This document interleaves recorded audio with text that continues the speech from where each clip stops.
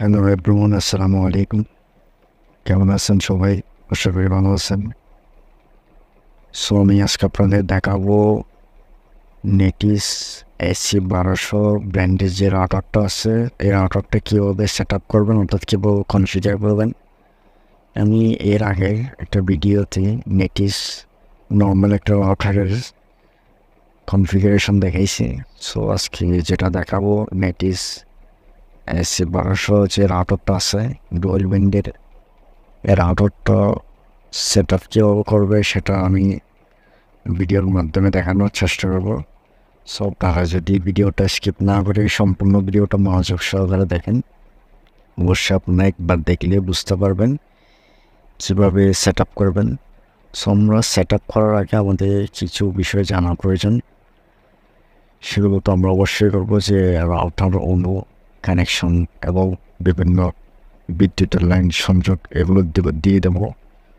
দেওয়ার পর আমাদের যে কাজটা হবে, আমরা রাউটারের পিছনে লক্ষ্য করব রাউটারের পিছনে আইপি অ্যাড্রেস, অর্থাৎ যেটা দিয়ে আমরা রাউটারে যে কোনো ব্রাউজারে রাউটারের সাথে কানেক্ট হতে পারে সেই অ্যাড্রেসটা।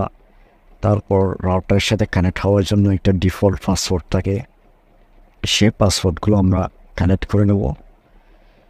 কানেক্ট করার পর তারপর আমরা অবশ্যই ভিডিওর আমরা সেট আপ করার জন্য অবশ্যই বসবো। চলুন এবার আমি ভিডিও শুরু করি। নেটিস রাউটার সাথে কানেক্ট হয়ে যাবো। কানেক্ট হওয়ার জন্য আমাদের পাসওয়ার্ড লাগবে। পাসওয়ার্ডটা অবশ্যই রাউটারের পেছনে দেওয়া আছে। আমরা ওইখান থেকে সে পাসওয়ার্ডটা দিয়ে কানেক্ট হয়ে যাব। কানেক্ট হওয়ার পর এবার আমরা যে কোনো ব্রাউজার সিলেক্ট করবো। আমি ক্রোম ব্রাউজার সিলেক্ট করলাম। আমরা ক্রোম ব্রাউজারে সার্চ করবো 192.168.1.1 সার্চ করলে আমাদের সামনে এরকম ইন্টারফেস সেভাবে আমরা স্টার্টে ক্লিক করবো। স্টার্টে ক্লিক করলে আমাদের ইন্টারনেট কানেকশন ট্যাব সিলেক্ট করতে হবে। এটা আমাদের আইএসপি যেভাবে সিলেক্ট করতে পারি এভাবে সিলেক্ট করবো। তারপর সিলেক্ট করলে আমাদের ইউজার নেম আর পাসওয়ার্ড চাইবে। এটা অবশ্যই আমাদের সার্ভিস প্রোভাইডাররাও দিবে, তাদের থেকে আমরা এটা কানেক্ট করবো। এরপর আইএসপি ইউজার নেম আর আইএসপি পাসওয়ার্ড দেওয়ার পর নেক্সটে ক্লিক করবেন। নেক্সটে ক্লিক করার পর আমাদের ওয়্যারলেস নেটওয়ার্ক নেম, এটা রাউটারের নাম দেওয়া আছে। আমরা চাইলে এটা চেঞ্জ করতে পারি। আমরা এটা চেঞ্জ করলাম। তারপর একটা যে রাউটারের সাথে যে পাসওয়ার্ডটা দেওয়া ছিল আমরা চাইলে সেটাও চেঞ্জ করতে পারি। এটা এনএস করে আমরা সেটা চেঞ্জ করতে পারব।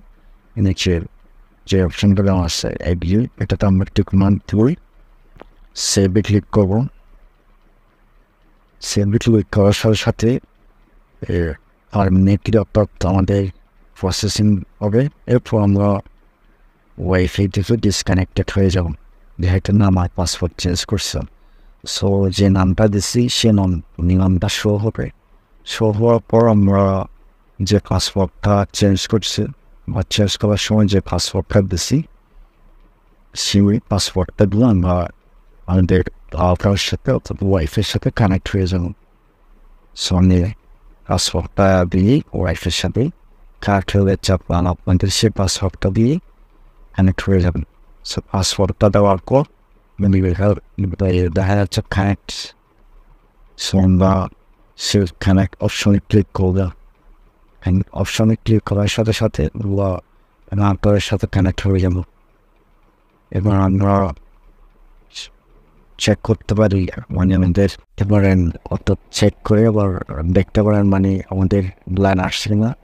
যদি সার্ভিস প্রোভাইডাররা আমাদের আইএসপি দিছে, আমাদের যে অ্যাড্রেস আর পাসওয়ার্ড দিছে সেই অ্যাড্রেস আর পাসওয়ার্ড যদি তারা অ্যাক্টিভ করে থাকে, তাহলে অ্যাক্টিভ 2 মিনিটের মধ্যে আমাদের রাউটারের লাইন চলে আসবে, অর্থাৎ ইন্টারনেট কানেকশন চলে আসবে।